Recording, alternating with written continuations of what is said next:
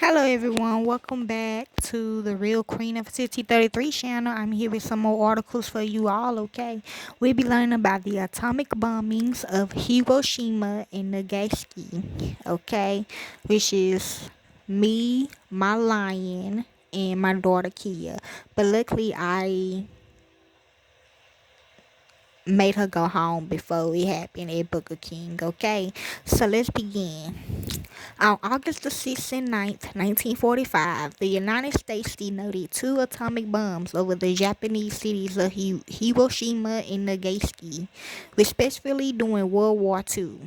Yes, the aerial bombings killed 1,500,000 to 246,000 people, most of whom were civilians and remained the only uses of nuclear weapons in an armed conflict. Japan announced its surrender to the Allies on August the 15th, 6 days after the bombing of Nagasaki and the Soviet Union declaration of war against Japan and invasion of Manchuria. The Japanese government signed an instrument of surrender on September the 2nd, ending the war. In the final year of World War II, the Allies prepared for a costly invasion of the Japanese mainland. The undertaking was preceded by a conventional bombing and firebombing campaign that devastated 64 Japanese cities, including an operation on Tokyo. Basically, it was a cover-up for something. The war in Europe concluded when Germany surrendered on May 8, 1945, and the Allies turned their full attention to the Pacific War. By July 1945, the Allies' Manhattan Project had produced two types of atomic bombs: Little Boy, an enriched urine gun-type fission weapon, and Fat Man, a plummet implosion type nuclear weapon. The 509 Composite Group of the U.S. Army Air Forces was trained and equipped in the specialized silver plate version of the Boeing B-29 Super Fortress and deployed to Taiwan in the Mariana Islands. The Allies called for the unconditional surrender of the Imperial Japanese Armed Forces in the Potsdam Declaration on July 26, 1945. The Entente began prompt and utter destruction.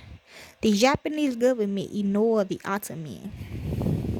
The consent of the United Kingdom was obtained for the bombing as was required by the Quebec Agreement, and orders was issued on July 25th by General Thomas T. Handy, the acting chief of staff of the U.S. Army, for atomic bombs to be used on Hiroshima, Kokuwa, Nagata, and Nagasaki. These targets were chosen because they were large urban areas that also held significant military facilities. On August the 6th, a little boy was dropped on Hiroshima. 3 days later, a fat man was dropped on Nagasaki.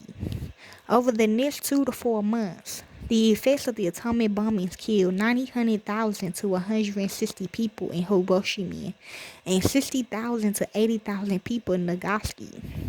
Roughly half the deaths occurred on the first day. For months afterwards, many people continued to die from the effects of burns, radiation sickness, and other injuries, compounded by illness and malnutrition.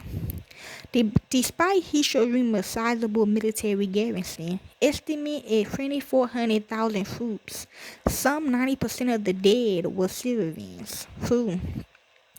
It didn't feel like it though in that place. Ain't gonna lie.